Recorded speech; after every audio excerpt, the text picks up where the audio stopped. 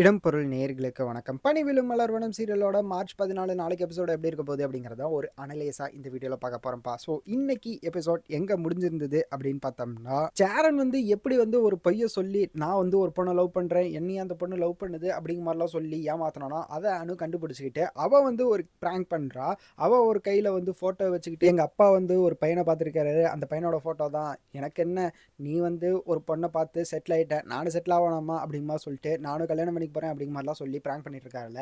அதுல என்ன ஆகும், அவன் கொஞ்சம் அப்செட் ஆகும் மாதிரி தெரியுதேப்பா அப்படின்னா, எஸ் அப்செட் ஆயிருக்கிறான். ஆனா என்ன ஆக போகுது அப்படின்னு பார்த்தோம்னா, ப்ரோமோ ஒன்று ரிலீஸ் ஆயிருக்குப்பா. அந்த ப்ரோமோல காமிச்ச மாதிரி அவன் போயிட்டு மருந்தை குடிச்சிட்டு படுத்துற மாதிரி, சேரா சேரா என்னடா பண்ண, டே ஏன்டா மருந்தெல்லாம் குடிச்சா அப்படின்ட்டு வாயில நுரத்தலி படுத்திட்டு இருக்கான். அவனை ஹாஸ்பிட்டலில் சேர்த்து அவனை நெஞ்சா அடிச்சு, ஏன்டா விட்டுட்டு போக பாத்தியாடா, நான் இல்லையாடா உனக்கு அப்படிங்கிற மாதிரிலாம் சொல்லி, என்ன எப்படா விட்டுட்டு போகணும்னு நினைச்சேன் அப்படிங்கிற மாதிரிலாம் சொல்லிட்டு, இருடா நானும் வந்துடுறேன், எப்படா என்ன விட்டு சாவன் நினைச்சா அப்படிங்கிற மாதிரி நெஞ்சா அடிச்சிட்டு இருக்கா. இப்படி அடிச்சேன்னா உண்மையாலுமே செத்து போயிடுவேன் அப்படிங்கிற மாதிரி அவன் எந்திரிச்சு உட்காரான்ட்டு இருக்க. ஸோ அது பிராங்க்னு தெரியுது, நான் இப்படி நடிச்சிருக்கேன் அப்படின்ட்டு ஏதோ எடுத்து கையில் காமிக்கிறான். ஸோ அவங்க ரெண்டு பேரும் சேர்ந்துடுறாங்கப்பா, கட்டி பிடிச்சிக்கிறாங்க, லவ் பண்ணுறதை அக்செப்ட் பண்ணிட்டாங்க ரெண்டு பேருமே. ஸோ இப்படி தான் அவங்களோட காதல் கதை எழுதப்பட்டது.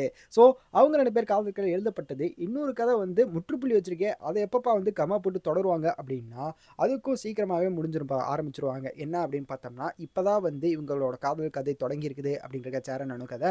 அவங்களோடது ஆல்ரெடி புல் ஸ்டாப் வச்ச மாதிரி இருக்கிறதுல.